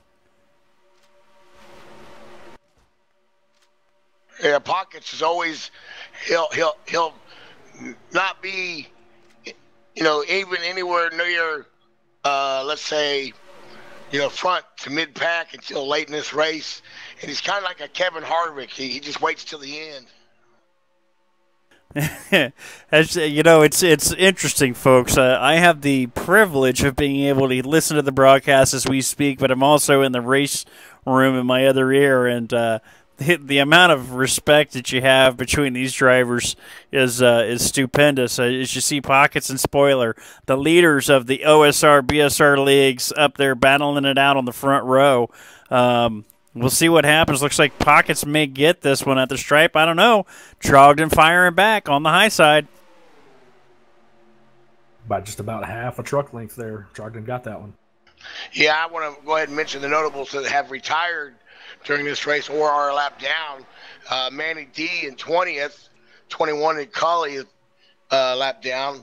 Furco in 22nd, 19, 2 laps down. Austin Bill, sorry to hear this, but he retired 23rd. Momo retired 24th. Monte Killer, obviously, with that blown motor in 25th. BSR Texan in 26th in a 201 ride accident with a piston going. Rick Johnson in the 27th. And last but not least, OSR Les Felax, 28th, retired. You know, it was interesting that last time. The 56 of Joba looked low. I think he was trying to make a lane go down below the 29, but the 29 of Randy Claflin said, nope, you're not going without me. They jumped down looking underneath the 83 of Scar. They've all since fallen back in line, and that low line is starting to form back up, but the top line still has a 3-truck advantage over that low side. We'll see a little bit of a 4-truck breakaway here at the front. It looking like the high line's got the advantage here. More trucks in line. But, you know, there's still anything can happen here. You know, everybody's going to move around. And, of course, we'll probably have some more pit stops coming up soon. So that'll definitely mix things up and keep it interesting. Well, I don't think that Pockets has any damage on that 38 ride. But it looks to me maybe that some of the guys that's behind him pushing him might have a little bit of damage. If you see the separation, they just can't quite keep up to his bumper. So it'll be interesting who he rides with later as we get later on in this run. It sounds to me like Magoo has fallen out. Looks like his connection failed on him, so that's going to take the 144 out. That's a tough break for BSR Magoo.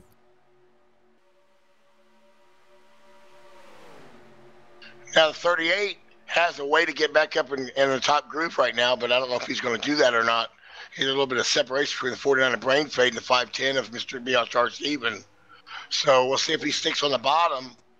Or, nope, I know it looks like he's going to stay on the bottom and see if he can't ride this out.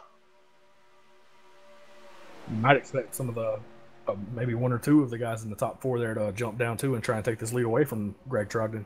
You know, right now, the BSR guys back there, Pockets and Scar, working together. I think that's why we didn't see Pockets go jumping high, because he knows he's got Scar back there. Scar's been working with him, and he doesn't want to see that that stop, so he doesn't want to betray that that drafting help. But right now, that top line really doing a breakaway with the 41 of Trogdon in the lead.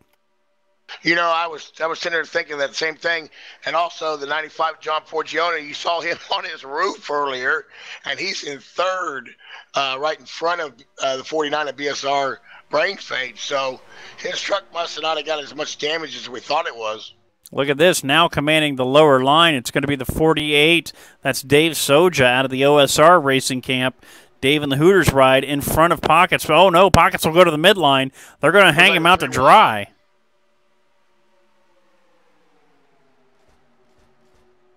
Little 3-wide action going on there back in the pack with the 48 of Racer X and the 29 of Randy Claflin and the 103 of Nelly there for a second. I was like, wow. I think the closing speed was the issue, why it was that they went around the 48 of Soja. And as you see, all the way back here, Soja falls way back, like he dropped the anchor out. So tough break for him. But Dave, a good racer, he will fall back in line here and start making his way back up to the front. Absolutely. And it's looking like most of these, what do we have, 7, 8 guys here in the top line until we have anyone side by side? It's looking like they're probably going to try to ride it out coming up to this next pit stop here. Yeah, it looks like the 0-0 BSR or OSR Bandit, I'm sorry, must have had a little bit more damage than they thought because he is getting ready to lose the draft. Yeah, he's running in 17th position. Back behind him, unfortunately, another one with heavy damage tonight is our sponsor for the event. That's Brian Voiles in the 68 truck. And then Fox will be in the lead of a three truck, I guess I should say, group coming out of turn 4. You know, the thing is, though, with all these wrecks and all this damage, that we've still got 22 trucks on the track, and 19 of them are on the lead lap. So that goes to show you, with this moderate damage, that, you know, you still have a chance. So don't ever give up. And at this point, there's only a small handful of trucks that don't have any damage, I believe. So if we were to have another, you know, little get-together, that could level the playing field and make it anyone's race once again. As we ride up top, we see Brian Voiles now in the pits from the helicopter. Looks like he's getting service in the 68 ride. That, looks like he has finally retired. So we will see what happens there as we head back towards the front of the field. Now we've got that low line forming up down about 5 cars back to see if we can make it happen. Yeah, like Mr. Peg was saying, with all these cars having damage, it's really anybody's game to win, as far as, or so to speak. Actually, I'm sorry.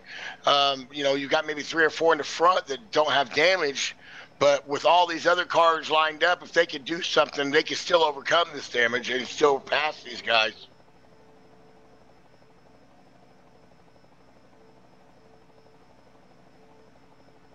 And there you see still in the lead is that 41 of Trogdon. Low line starting to make a little bit of a headway, but you see the 38 and the 83 now jumping up top. They're going to try and get around that 510. That's going to be a tough break for BSR Steven. And some of this, you see a couple more trucks moving from the high line down to the low line, too. These guys may be getting ready to pit here shortly. Yeah, I don't know how long it's been since they've pitted, but you're correct.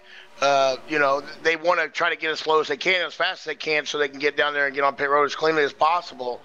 But, this top line, it just seems like they're content of staying, single file and just running, nose to tail, so to speak, and maybe just get away from the rest of this pack. And that line will stay content for about another, maybe 20. Yeah, well, I just freaked out all the drivers because I left my other microphone on, so they were hearing me call the Pockets and Scar moving out, so I had to apologize. I tell you, this has been a great race, the Lynn Voiles Memorial here at Bomb Squad Racing. I want to thank all of our sponsors out there tonight, Voiles Trucking, Bomb Squad Racing, Real Tech, Hello Sunshine Hello, as well as WLS Graphics. And we'll see if we can get a hold of our sponsor for tonight's event, Mr. Brian Voiles. I think we just saw him walking in the door here. Brian, how you doing, bud? Oh, we're doing just fine, just fine. Our truck didn't fare so well, but we're doing all right. A little spin and bump and roll over and everything. Checked us out in the care center and kicked us on out the door and said, go watch the race, buddy. Well, good news, Kathy. He's okay, so we're going to keep him up here with us tonight. Tell us what it's like to have everybody out here racing in your dad's honor.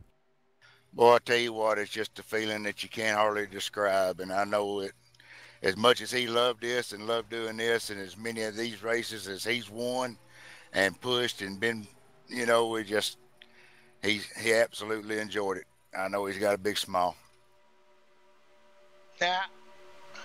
Now, what leagues did Lynn run in? I mean, was he just involved in ECT, or did he run everywhere? Or did it matter what league he ran in, or did Nah, he ran everywhere. We started out back in 1998. I got him into this, running some dirt tracking, and we got involved in that. And then we moved into the NASCAR heat and ran it for a little bit, and then the NASCAR 2002 came along, and we got in that, and then on in here to NASCAR 2003. And this is something that was a passion for him, and he really loved being around everybody and being able to race and talk and joke, kid, and have fun. Now, Brian, these guys have told me about your dedication here on the road still in Indiana, I believe, and still coming out and running these races. Yeah, I'm actually in my truck now. I'm in New Paris, Indiana, just south of Goshen, and east of South Bend, about 30 minutes. And yeah, but we got a rig set up in the back of my sleeper here, that computer and everything, and get in there and race when we can. Now, Brian, I know this is kind of the first annual memorial race to your father. Is there anything that we're going to expect to see in the future? Is this going to be an annual event, or is this a one-time deal? Tell me a little bit more about that. No, we plan on making an annual. It'll be looking at the first Saturday of every February, kicking off Speed Week, regular NASCAR, before we get into our regular NASCAR series for the year. Now, of course, none of us can do this without the support of the little woman at home, and we know Kathy's watching tonight. So tell us, what's it like for having Kathy's support doing all this? I tell you what, I got one of the best wives in the world because she absolutely supports me 100% in doing this racing. And there's times I don't feel like it when I get in, and she'll say, "Well, you gonna race tonight?" She said, "I miss listening to them guys on TeamSpeak while you're racing. I think you need to race." And she'll talk me into it, get me in there, and get me racing. It's it seems to me, I've seen on Facebook, it's a whole family affair. You've got your grandson seems to watch you as well. The whole family seem to come over and see this sometimes? Yes, I do. I have several of them come over and watch and visit and enjoy it. And like I said, this is something we've been doing for years and years and years. And we just, I don't know. This is as close to NASCAR as probably about any of us will ever get.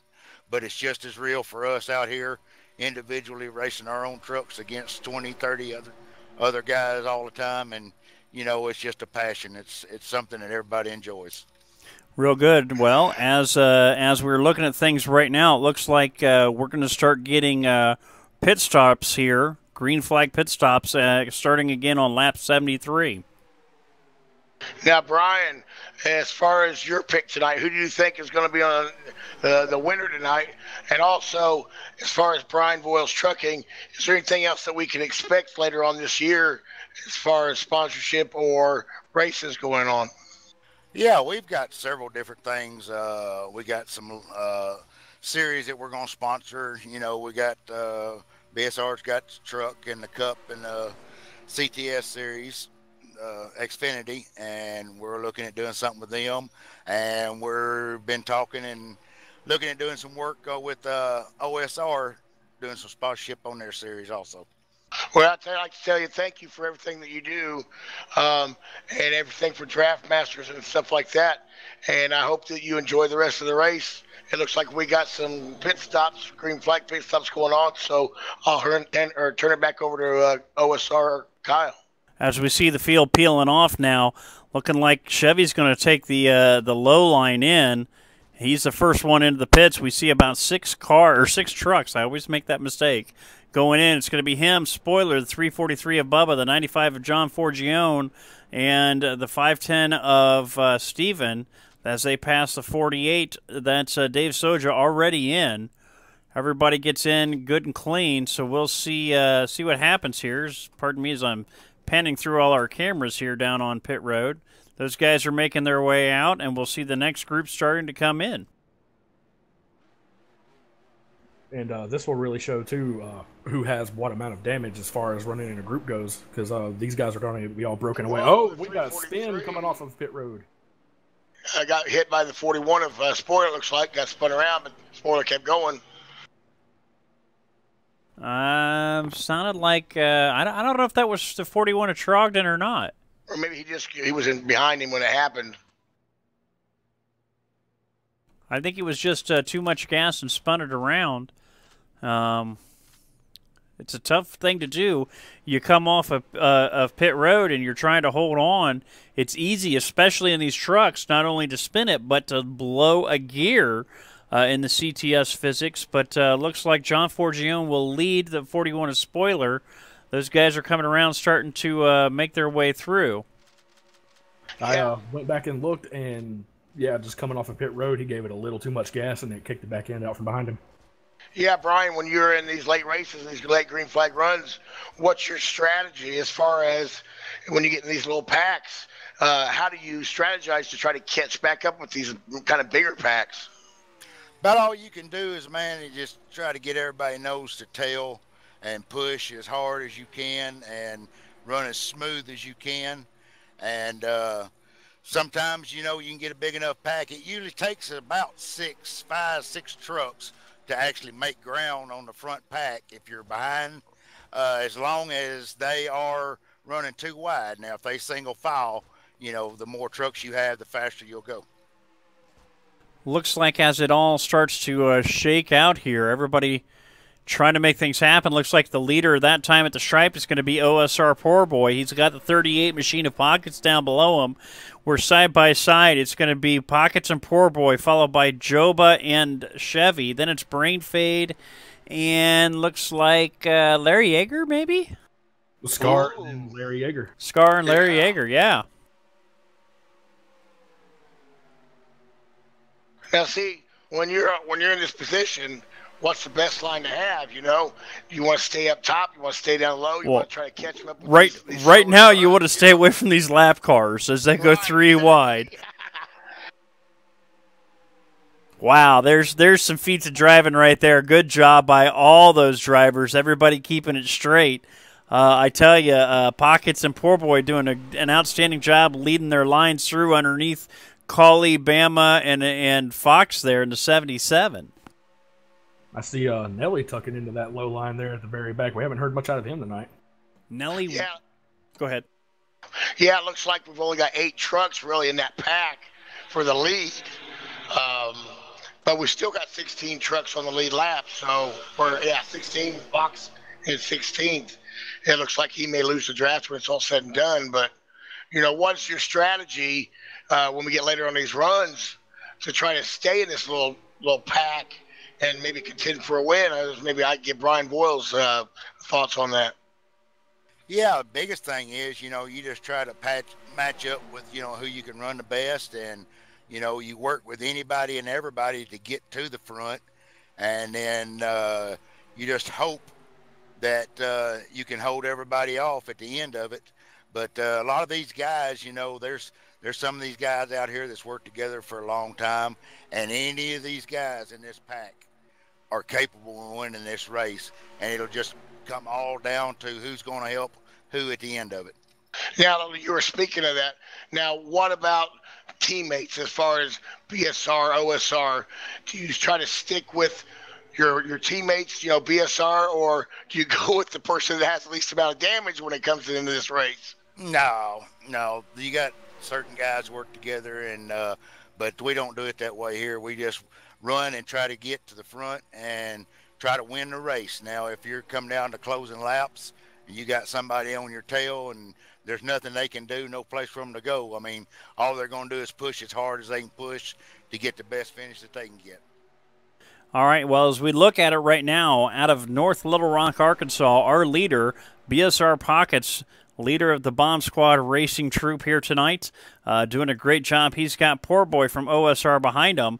It's a great event that we've had so far. We are now 20 laps to go in this event, so 10 more laps, folks, and we're racing back.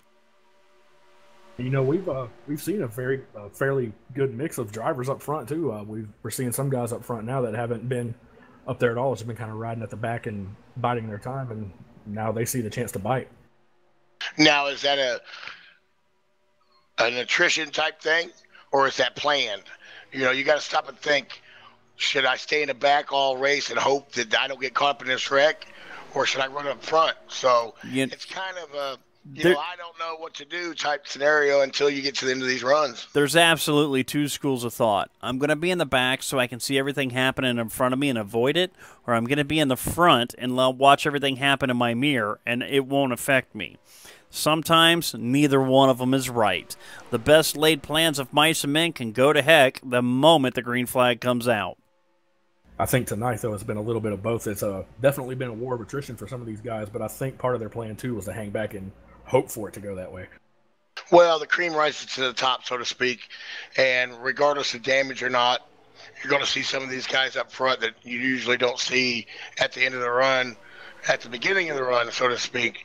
I'm trying to stalk in circles here a little bit, but you know what I'm trying to say is that some of these guys you will see in the back, like you were saying, Mr. Willits.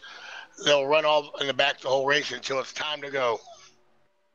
Yeah, and like if the rest of the race that we've seen so far is any indication, this very well could all come down to a war of attrition, similar to how Casey Kane ended up winning the the Brickyard 400, last year. Well, you know, there is still one thing that's lurking out there. We've seen it strike a couple of times tonight, but the dreaded randomizer can still play havoc in this particular situation as we're riding along with our leaders. You see the 38 machine of pockets. He is doing real good. Poor boy's right in behind him. I think we're going to have one more pit stop. So you throw some tape on, you don't mess up, you take no tires or maybe just 2 tires. What's the call? Yeah, I mean, how much tape would you take, Brian, at the end of this run if you got 10 to go and you're in third? Well, we usually, most of us run around 60 tape on these setups. And when you get down there, if you're 10 laps to go, you know, you might go to 70. But if you get down there 2 or 3 laps, you'll see some of these guys tape it on up to 100 with a couple laps to go. Wow.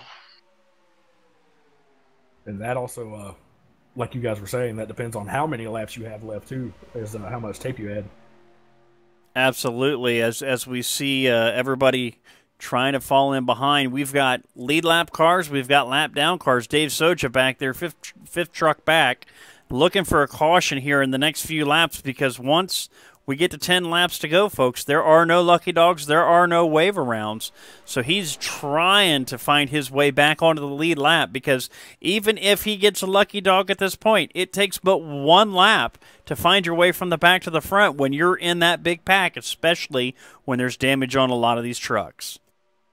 And another thing we haven't mentioned yet, surprisingly, once it comes down to 10 to go, we also have that race back factor in, and something can always happen racing back to the caution.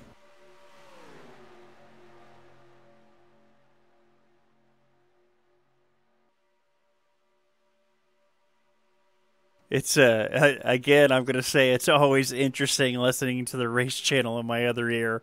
Good old Pockets talking about what he tells the waitresses. We'll have to ask him if we get him up here in the booth.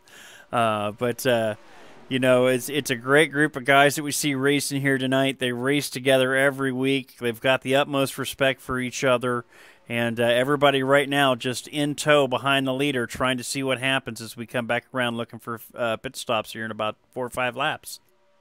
Yeah, I was looking at the 41 of Spoiler, and he was real strong at the beginning of this run. And during that last green flag pit stop, I don't know if he had a problem or not, but he's not even in that lead pack. I believe he got slowed down by Bubba J spinning out in front of him there. That really stacked him up. Yeah, that's what got him broken off of the lead pack as we're looking back through the field a little further. There's about 12 cars up there, not all, or trucks up there, not all on the lead lap, but the 510 now back further on that second group. BSR Steven trying to find some clean air to keep from overheating. As you see back there with him is the 95 of John Forgione, the 41 of Spoiler. Behind them is the 27 of OSR Colley, the 77 of Fox. So we're 14 laps to go, folks. Yeah, with this late in the run, you'd think that they would stay single file to try to catch that other pack, but they're up there racing like it's the lead. I think they got shuffled out a little bit there, Jug, because there were some of them that were overheating. So in the attempt to get back into single file like they are right now, they're trying to put somebody out front like Steven, who had a little bit of damage, trying to get some clean air in there. 10-4. Yeah, it does seem like all those cars probably were involved, maybe other than a Spoiler, in a wreck or two. Now, Brian, if you were back in that pack and you were not damaged and you had 6 or 7 cars or trucks around you that had damage, what's your play on the situation? How do you work that situation? Well, usually we'll, you know, unless it's right at the end of the race, if you're trying to make as much speed and carry as much as you can, you'll stay in line and push. But if it's to the point that, you know, they're just holding you up more and more, you got no choice. You just got to get out and get on around them, and then hope that you can catch on up to the front. Well, we see that chat box lighting up. Looks like our first taker's hitting pit road. Looks like that's going to be Manny D in the 710. So we'll see. Guys talking about how much fuel they're going to take. Going back up through the field, that first pack of 12 vehicles, all there hanging tight. We'll see what happens as they come around. Yeah, going back to what you were saying, Brian, it's real easy to sit there and stay in line with these guys that's got damage, but there's got to be some point where you say, hey, I got to get around you and I got to go. Oh yeah, yeah. I mean, if you know our top speed, if you say you got 5 or 6 trucks in a row there, you're looking probably around 197, 198. And if you're running any slower than that and you hadn't got any damage, you're going to have to do something to get on the out line and get up ahead of them guys and hopefully pull them and pick up a little bit more speed. And then here we've got some of the leaders coming to pit road now. We see Pockets pulling in along with Scar. Who's that? I don't have his paint scheme. The 56.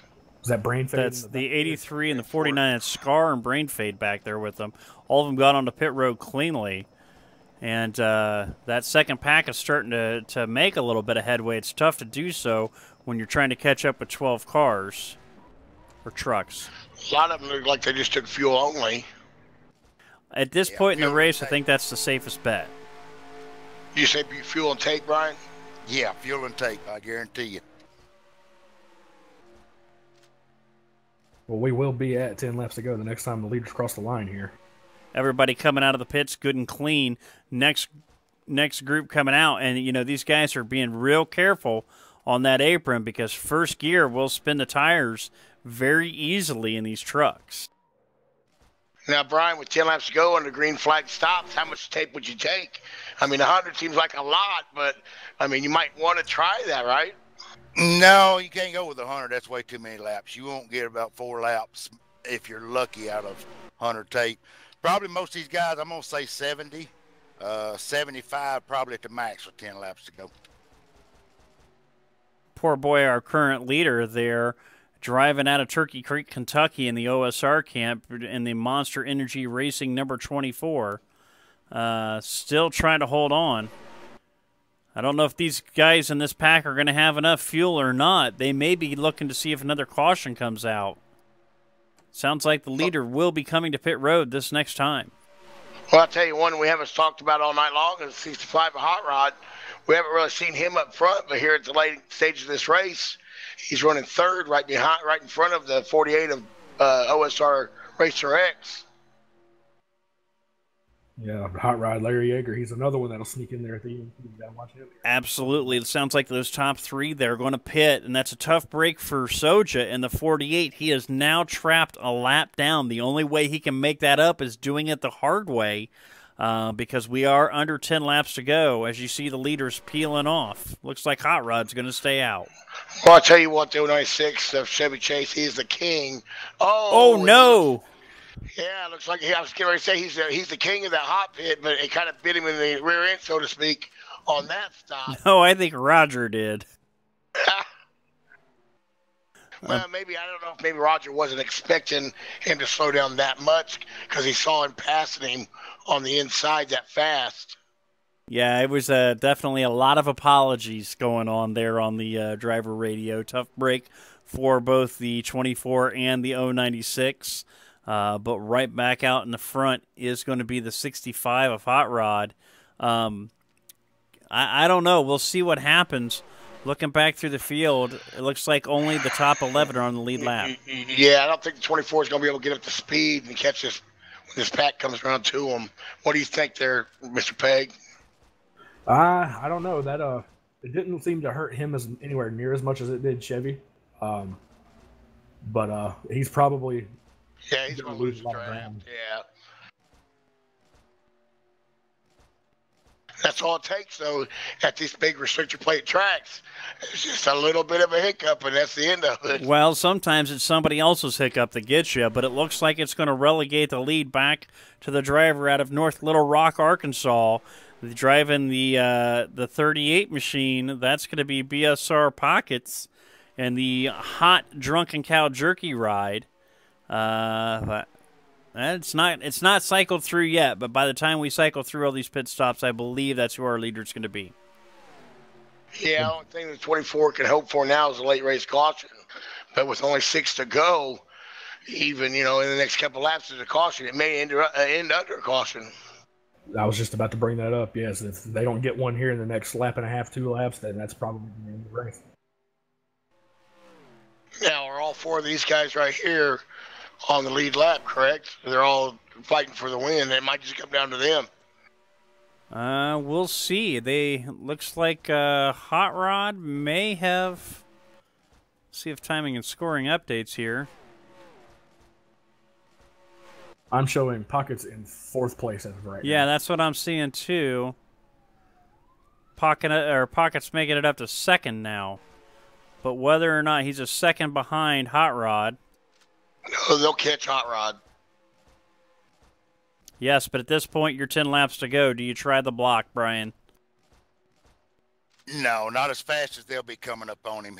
There's nothing he can do about it. They're going to go by him, and they can't do nothing but watch him go. He's got the 103 of Nelly in between him and them, and it looks like he's got a truck not too far up in front of him, but they're going to pass him like he's standing still. Yeah, they got way too much speed momentum going there. There's no way that Larry and them can hold them off. Now they can tack onto the back of this little line here, and maybe some of these guys can make something happen and get around those 2 front trucks. Well, look at that. Larry falls in below. He's going to be in 5th position in front of Nelly. But we're going to go back up to the front of the pack and pick up Pockets, our leader. And we've got 4 laps to go, folks.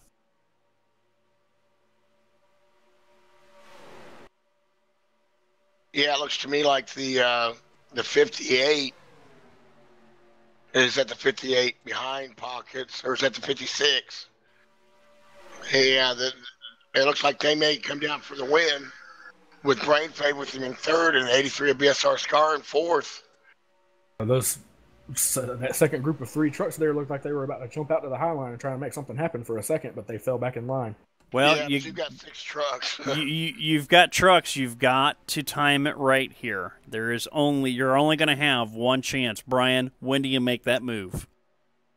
The only thing you can do is the guys, the back 3 are going to have to, this next lap, are going to have to try something, move high or low, and try to work their way to the front.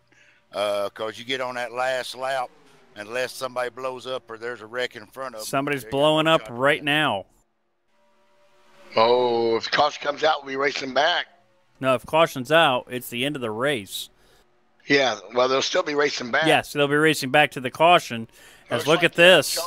Joba's looking high. Fade. I don't know who's going to go with whom. They're going to leave Brain Fade out to dry, it looks like. Sounds like Bama has made his way to the pits. Joba looking on that high line. He's got Scar and Hot Rod behind him. This is where anything can happen, folks, as we come around. The back of that low line here. Pocket's got a heck of a runoff. Now, who do you run with, Brian? I mean, there's so many cars out there that you can drive with, you know. All Pockets can do is try to block, but I don't think he's going to hold. I don't think he's going to either. He's got lap cars in front of him. Job is at least a quarter panel up on him. Though. He ain't got no help down there by himself. No, that's Joba's biggest problem. He don't have any help. Pockets might hold him back. He did. Looks like that's Chevy. Chevy pulls off to the apron to get out of the way. Job is going to pull in back behind him. Will Scar have the effort here, and will Hot Rod go with them as they look coming down into turn 3? They're looking at a white flag lap.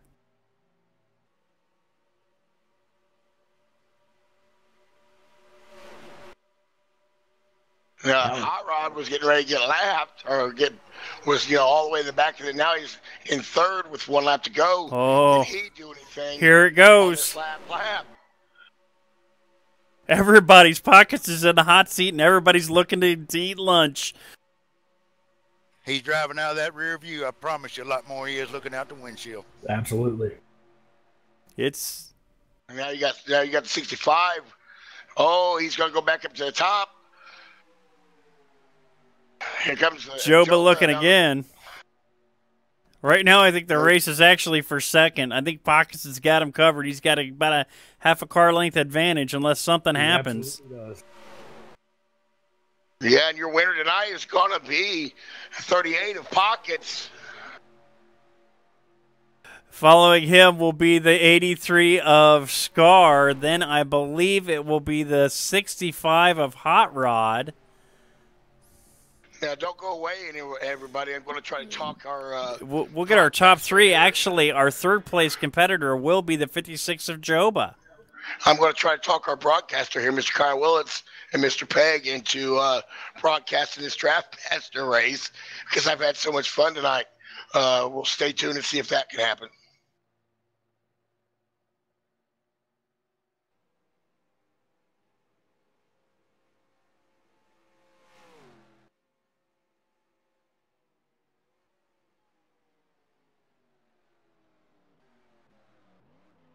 Pockets. Wow. You pulled out the victory on the first annual Lynn Voiles Memorial 250. How's it feel, buddy? Man, unbelievable. That was some hair-raising, exciting racing right there.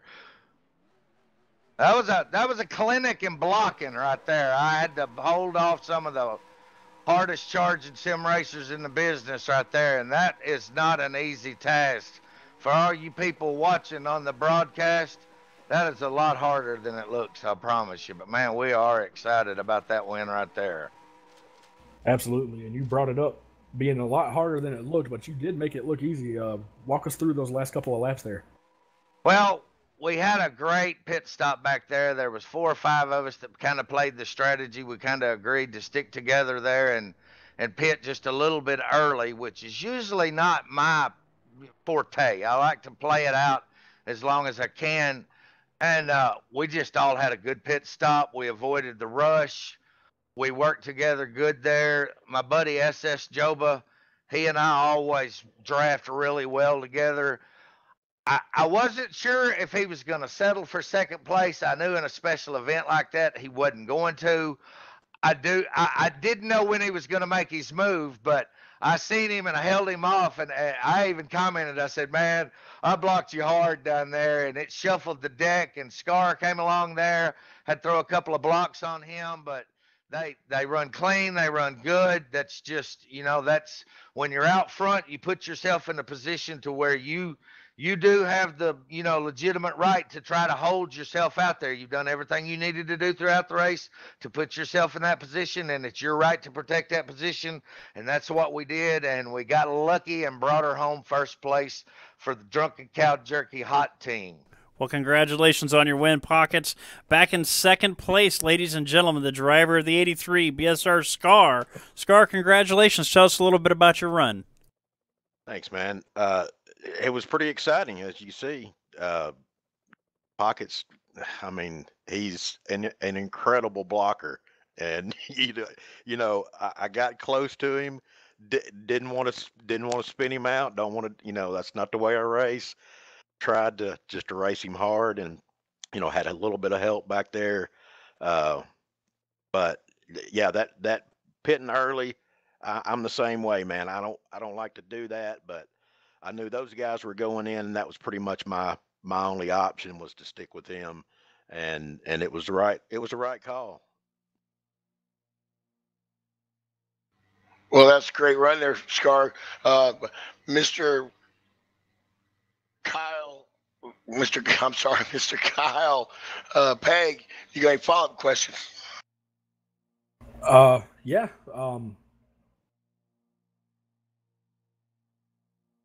We actually need to bring it over to our third place finisher there, Mr.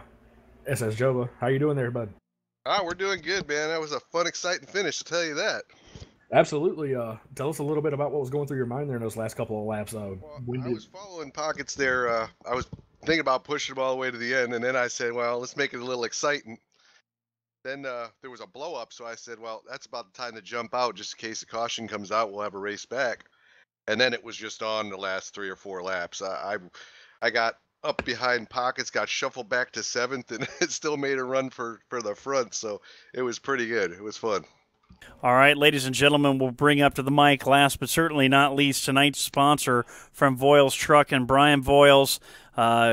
Is there anything you'd like to say to the top 3 in the Lynn Voiles Memorial tonight? Yes, I would. Congratulations, Pockets, and the rest of you guys. Y'all put on one well of a show there at the end and made it really exciting. And I want to thank everybody out there that showed up for Dad's Memorial Race. And you just don't know what it means to have this kind of support for Dad. Hey, we're glad we could do it. We sure are. That's what being a team and being a good league, along with OSR and all of us. We were glad to do it.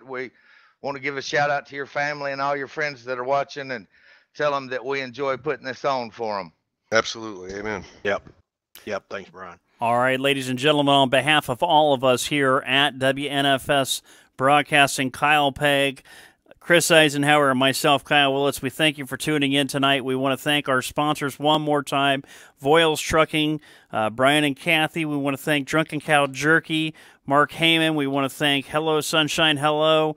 That's going to be Tyler and Rhoda, Rusty at the Medicine Chest, also Scar over there at WLS Graphics, and Rick Craddock at Realtek, all the sponsors here at BSR. Thank you guys for broadcasting with us tonight, and we will go ahead and play our outro here, and we thank everyone. Thank you, guys. Thanks, everybody. Thank you, guys.